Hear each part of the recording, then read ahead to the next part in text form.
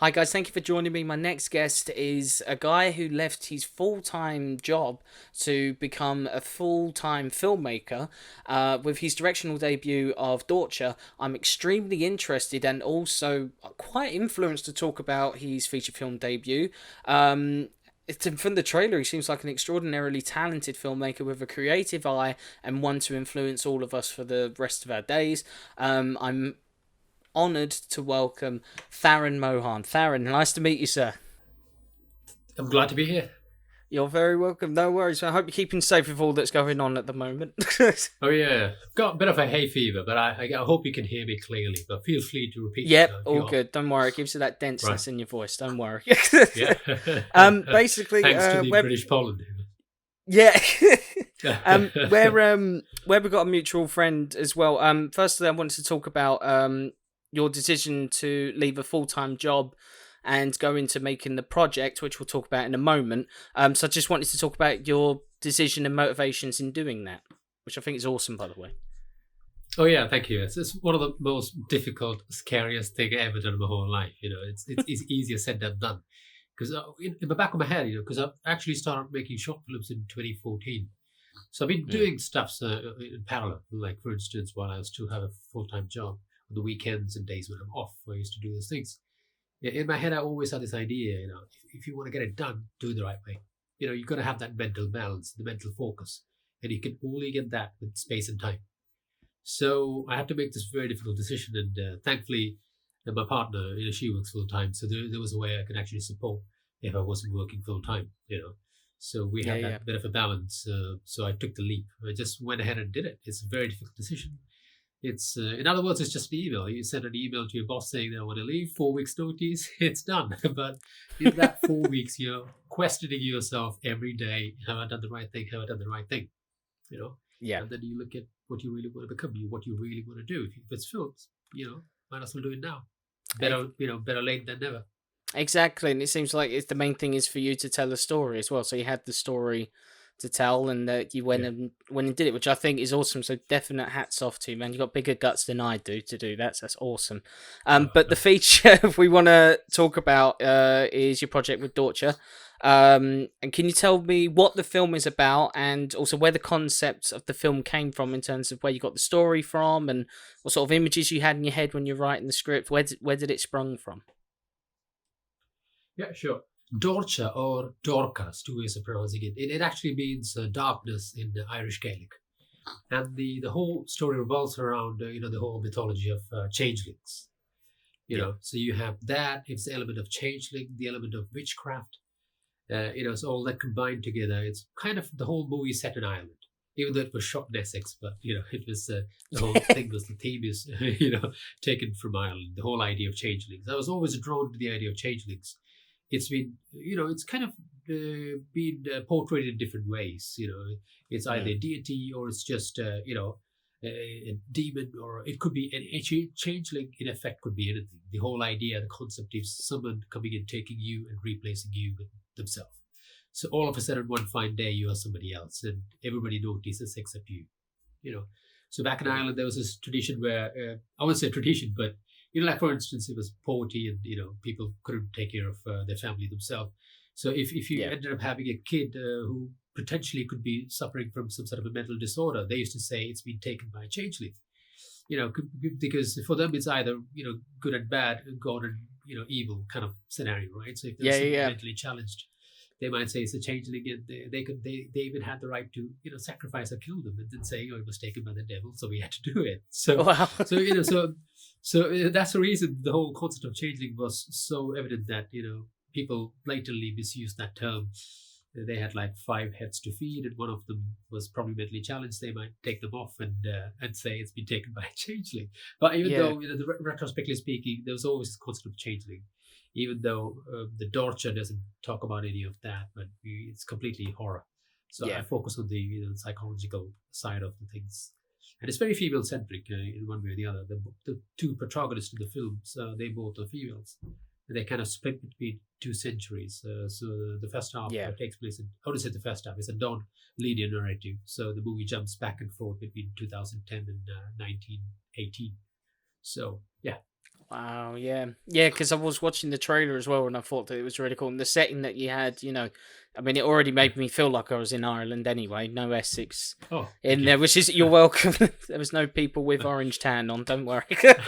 But no, it looked really cool. But the idea you say with like the changing everything, like it's quite cool. It builds into that sort of mythology. Like you've used it for an example would be like the Curse of La Llorona, like with that sort of Yeah, folk tale as yeah. well. So it seems like you're really diving into stuff like that. So it's really cool.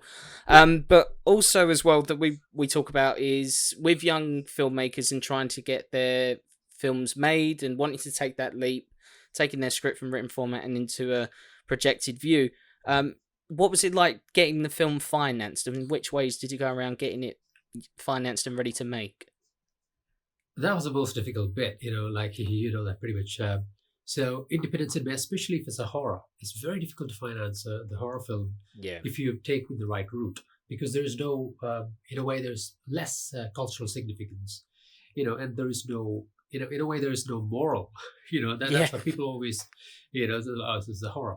So I went down the route of approaching independent financiers. So the whole idea was, this is what we could make the movie for, and this is how much potential it could sell for.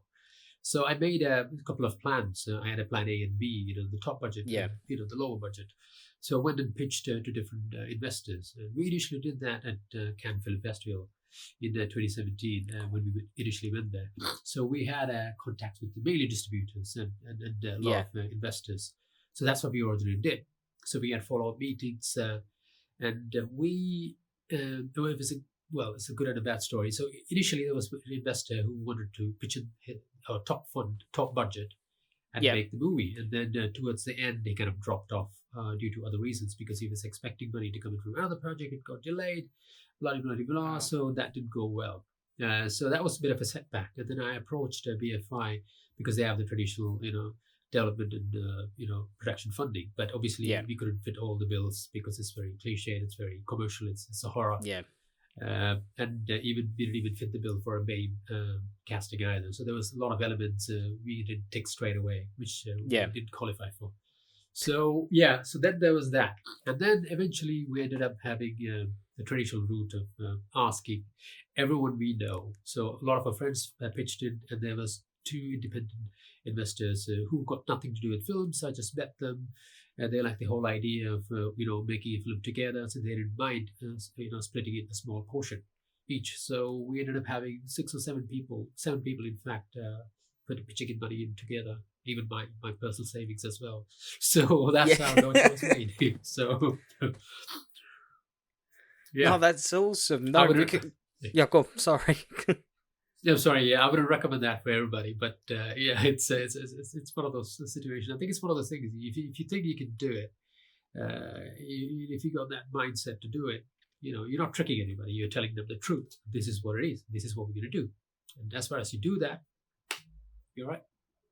Yeah, that's awesome. No, because that also brings it back into that sort of old school sort of filmmaking style where you go against the studio system and everything. You try and get the money yourself, and then in that way you can make the film exactly how you want to see. So, in what sort of opinion do you have on the studio system at the moment, the way things run, and do you have like a bad view on it, or do you have like a one that you can work with down in the line? How do you see it?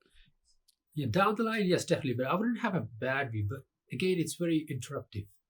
Mm. It's mainly when you have a lot of people added into the project towards a later stage. Everyone have got different view and different vision. Yes. And sadly, now the way things are, there is not enough space in the cinemas for independent filmmakers like back in the days. Yes. It's all consumed by the Marvels or the Disneys or So that's Exactly. basically the cinema space is for.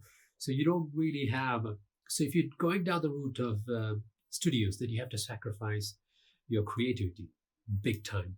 Yeah. They wouldn't necessarily agree with everything because I've met and spoken to directors who not really happy with what they've done, especially with their first films. It's mainly because it's completely conceived with the idea was his own, but it was completely changed around by the studio and the people who the studio brings in, thinking they are subject matter experts. But it's not their baby. Yeah. They're thinking from a commercial side of the things, and they add in so many things Probably they sexualize things, which is very common with horror. You see that all the time. The woman running around in the West, she doesn't have to be in the West, but it looks good in the cinema, so Yeah, we do it. it's just one of the tropes. Yeah. Exactly, yeah. So that kind of things. So it's a very difficult route getting it done through the studio. Unless if it's based on a book, maybe yeah, because the idea was never yours in the first place. Then you can bring in other people's other perspectives and then build it Yeah. to something that's already there. But if it's coming from your head, if you got it visualized and if you got storyboards and stuff, you bring other people, it might end up looking like something else. No, exactly. Yeah, and So again, it yeah, it just takes away from your story that you want to tell. I think like the most recent one is obviously with Zack Snyder with his Justice League film. I think even if you're not into that sort of comic book genre stuff, I think it's quite cool to see him being able to tell the vision that he had, and the studio actually letting him do that, which I think is quite a big turning stone, and I hope leads to other studios letting directors taking their stance on the films and the stories that they want to take. And again, you mentioned with like books and stuff, like it's not your property in the first yeah, place, but you can still have your stamp on it, and you can still tell the story that you want to with it. exactly. Totally agree. Exactly. It's one of those things. I think it's probably once you get to that stage, you need to master the art of deception. You kind of make Yes. them believe that, yeah, I'm with you, but change and probably the contract. Like most of filmmakers nowadays do is they have a proof stamping. Like every time there is a change, get it done through the approval process, and you're part of that Yeah. approval process. I think that's key. Exactly. Yeah. So it feels like again in the studios, as much as they own the cinema at the moment, but hopefully they get a little bit more off the money and more onto storytelling and Yeah. characters again. But right, that's awesome. But also back to yourself as well. Can you talk about any? Now, this was a new stance in yourself with going into a feature project. You said that you'd done short projects and short films as well before, but in terms of a feature project, was there any difficulties and any challenges that you faced, and did you overcome them, and how did you overcome them? Yeah, the biggest difficulty was, at least for Dorcha, the biggest difficulty was location. Mm. Because the movie was kind of split between it's a century apart. Yeah, So getting the indoors, the outdoors is fine. It's generally woods. That's basically what you're going to see 100 years ago, right? So we can shoot that somewhere in the yeah, big forest and places like that, which is fine. But indoors was very difficult unless you had top budget. Unless it was done in a studio, because every houses we go to, there are plenty of houses which are adverted in Victorian times. But then again, as soon as you enter, the house is modern. You have like double glazed windows, new flooring, everything is plastered. You no longer have that original, like a 18th century, 19th century house. So that yeah, was very difficult. We run around to the point where I was reconsidering changing it to fit it into 1950s. But again, it wouldn't be true to the whole changeling concept, because England changed, like in the 1930s, after the World War yeah, finish. So it was very difficult. But luckily, we found a house. We found a house which, for some reason, the house owner decided to keep it with the original features. So you got the old yeah. windows, the fireplace, the flooring, the everything. So you're so lucky to find it. And I was a location manager, because I found somebody else, and then everything he found was not quite fitting into the budget. So I had to do it myself, because at the end of the day, it's like our money. So the best person to do it is the person responsible for the money. So we ran around, so you're so lucky we found this place. I think that was the most difficult place, to the point I was reconsidering rewriting the script. So, Wow. No, but that's awesome because that's sort of like, and again, as you said, like with like set decorators and stuff, I can imagine that when you finally got that house, your vision just exploded, and you're just like, right, let's shoot over here and shoot everything there, so get as much as you can. So, but I'm glad you found that house, though. That's awesome. yeah. I mean, that's basically the turning point. If you look at, hopefully you'll get a chance to show this to you. We were supposed to have a screening, but obviously with the COVID situations, everything's been pushed back. So, but yeah, and we had a very good art director as well. So even when he Yeah. saw the house, he was very happy. He was like, "Yo, I don't really have to do a lot of stuff. But those things. Plus, the house came with a lot of props. They had a lot of old bed sheets and curtains and stuff like that. It's very difficult to find Wow. nowadays, which is very true to the time. So that adds, with the cast and then the right wardrobe, and then the set is ready. So voila. Well, that's what I was just about to say with the cast as well. I think, like, if you take them into, let's say, like a blue screen set and everything, they've got to use their imagination more. But I think it must have been a blessing for your cast to have everything there in their sight and then their grasp and everything. So, did that bring off better performances from your actors as well because they had it there and you didn't have to say, "Oh, just imagine that fireplace is over there." It was like, is it much better to have it right in sight as well with talking to them and everything? Absolutely, in every sense, it totally does. It's that whole feeling thing, isn't it? It's like touching and feeling it, and then all of a sudden, everything is real. So Yeah. yeah, although we never actually lit the fireplace because the owner said not to, but we can always add that and post to a little bit of crackling sound and a little bit of light. So, but yeah, it makes a whole lot of difference. Definitely. Yeah, no, that's awesome. At least it creates the environment on set. And as you just touched upon as well with the coronavirus, which is great fun. But Oh my god, yeah. yeah, No. exactly. Has it interrupted any work on the feature itself? And with any festivals that you just said was it was going to be shown at, which ones was it going to be shown at? And are you disappointed that it's been pushed back now? Very much so. I mean, most importantly, luckily, what we did do though is we managed to screen it at the Birmingham Film Festival. Nice. But that was the rough cut. I wouldn't say the rough cut. This was the cut without the sound. So this Yeah. was the video lock, but not the picture lock, but not the sound. But that we managed to screen it. So that I was happy about. So at least a lot of people could see it. But then afterwards, few of the festival got postponed. Some of them are just online. And the key thing we missing out on more than the festival is actually the potential to sell this film quicker. The whole Yeah. idea was, you get it out there, festival, and then I just want to move on to the next project. But that's been delayed massively because we managed to get a distributor, which is really good.